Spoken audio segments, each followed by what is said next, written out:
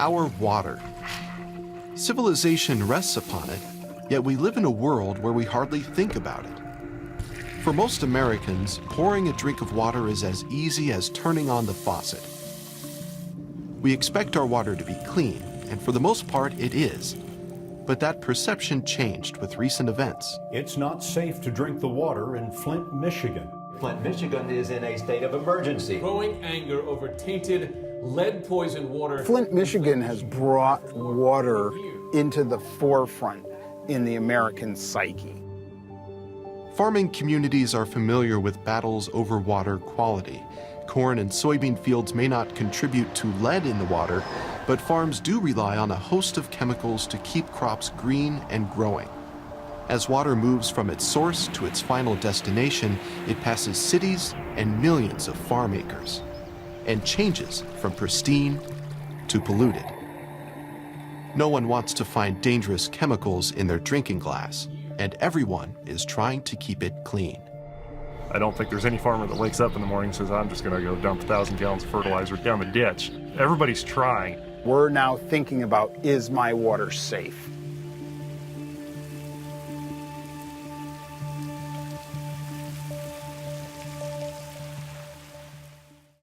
Our story of water quality and agriculture begins high above the region known as the Mississippi Watershed Basin, a system of creeks and rivers, like the Platte, that drain into the Mississippi River. It's like a giant bathtub that covers the middle of our nation. And to figure out what's in the bathtub besides water, you need to look at where it all drains, the Gulf of Mexico. When scientists look at the water in the Gulf, they find an overload of two chemicals, nitrogen and phosphorus.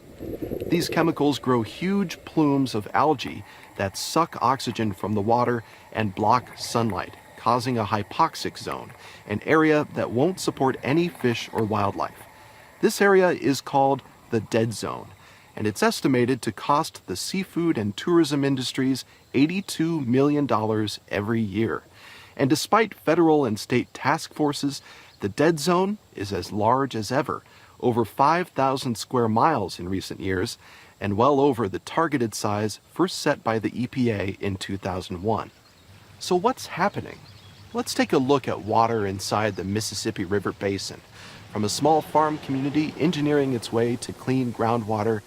How's it going? To researchers studying fish exposed to toxins in rivers. Then we'll see how farmers are using high-tech and low-tech solutions to keep water clean.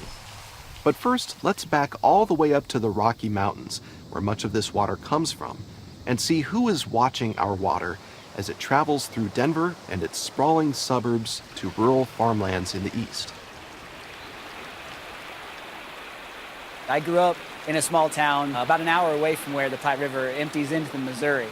Chris Ray and his coworker are in the mountains above Denver, testing the water quality of the South Platte River. It's a river near and dear to Chris's heart. And it's something that's always in the back of my mind when I'm up here monitoring. Here at 8,700 feet, the Platte is a stream, just a hike away from where it started as snow. And so it's really interesting to me, especially to be in the very high parts of the watershed where I can step across the Platte versus where I grew up, where the bridge is 1/4 mile long. The river has been the lifeline of development for Metro Denver and ranches and farms in the east. From its origins in Colorado, the Platte will flow north into Wyoming before it heads east into Nebraska. Here in the mountains, the water looks clear enough to drink, and today you probably could. The pH of this site is a 7.05. People might recognize that as what people think is neutral pH. It's pure pristine because we're above those kind of impacts, human impacts or even environmental impacts. And that's why we in Denver are so lucky to have this source that we do.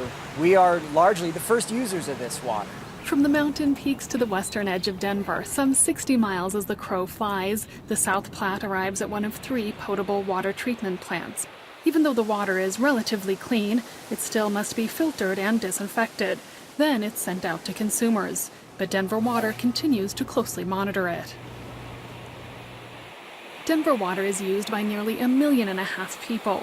But Steve Rogowski of the Metro Wastewater Reclamation Facility knows there are countless people to the east who are depending on clean water flowing in the Platte River. Even though we're close to the source, we're very much in tune with this cycle of the river where water is used and reused and put back in the river and reused again. Producing clean water that makes up a great portion of the flows in the South Platte River so that it can be used downstream for aquatic life, for water supplies, for agricultural purposes. That is the mission of our district.